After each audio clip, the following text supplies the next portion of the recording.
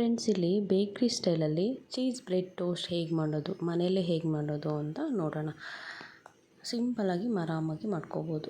ಮತ್ತು ಅದಕ್ಕೆ ಏನೇನು ಬೇಕು ನೋಡ್ಕೊಳ್ಳೋಣ. ಒಂದು ಈರುಳ್ಳಿ ತೊಗೊಂಡಿದ್ದೀನಿ, ಒಂದು ಕ್ಯಾರೆಟು ತುರ್ಕೊಂಡು ಇಟ್ಕೊಂಡಿದ್ದೀನಿ, ಕ್ಯಾಪ್ಸಿಕಮ್ ತೊಗೊಂಡಿದ್ದೀನಿ, ಮತ್ತು ಅಮೂಲ್ದು ಚೀಸ್ ತೊಗೊಂಡಿದ್ದೀನಿ, ಸ್ಲೈಸಸ್ ಬರುತ್ತಲ್ಲ ಅದು, ಮತ್ತು ಟೊಮೊಟೊ ಕೆಚಪ್ಪು, ಚಿಲ್ಲಿ ಫ್ಲೇಕ್ಸು, ಆರಿಗ್ಯಾನೋ ಮತ್ತು ಬಟರ್ ತೊಗೊಂಡಿದ್ದೀನಿ.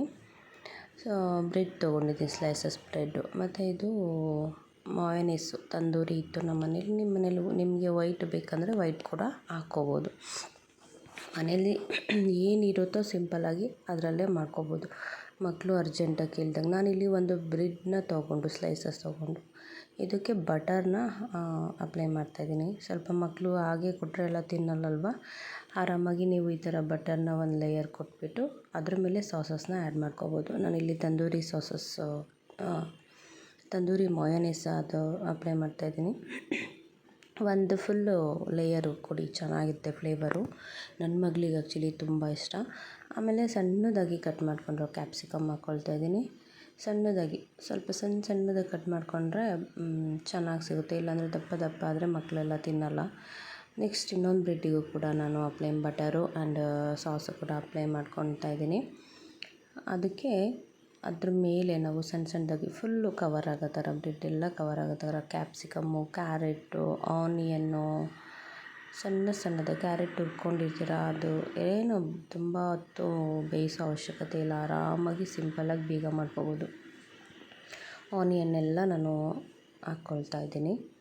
ಆನಿಯನ್ ಹಾಕ್ಕೊಂಡ್ಮೇಲೆ ನಾನು ಚಿಲ್ಲಿ ಫ್ಲೇಕ್ಸ್ ಹಾಕ್ಕೊಳ್ತೀನಿ. ಮಕ್ಕಳಿಗೆ ಕೊಡೋದಾದರೆ ಸ್ವಲ್ಪ ನೋಡ್ಕೊಂಡು ಕಡಿಮೆ ಹಾಕಿ. ಆ್ಯಕ್ಚುಲಿ ನಮ್ಮ ಮನೇಲಿ ಖಾಲಿಯಾಗಿತ್ತು, ಅದು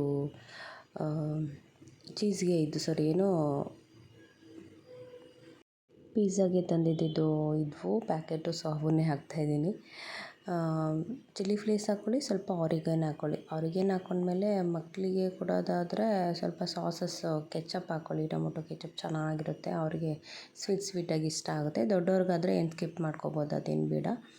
ಆಮೇಲೆ ಇಲ್ಲಿ ಸ್ಲೈಸ್ ಹಾಕ್ಕೊಳ್ತಾ ಇದ್ದೀನಿ, ಚೀಸ್ದು ಸ್ಲೈಸಸ್ ಹಾಕ್ಕೊಳ್ತಾ ಇದ್ದೀನಿ. ಇದು ಆ್ಯಕ್ಚುಲಿ ನನ್ನದೇ ಓನು ರೆಸಿಪಿ, ನಿಮ್ಗೆ ಹೇಗೆ ಬೇಕೋ ಹಾಗೆ ಮಾಡ್ಕೋಬೋದು, ಹಾಗೇ ಮಾಡಬೇಕು ಅನ್ನೋದೇನಿಲ್ಲ. ಮನೇಲಿ ಏನೇನಿರುತ್ತೋ ಅದರಲ್ಲಿ ಆರಾಮಾಗಿ ಮಾಡ್ಕೋಬೋದು, ಪಟ್ ಅಂತ ಕ್ವಿಕ್ಕಾಗಿ ಮಾಡ್ಕೋಬೋದು.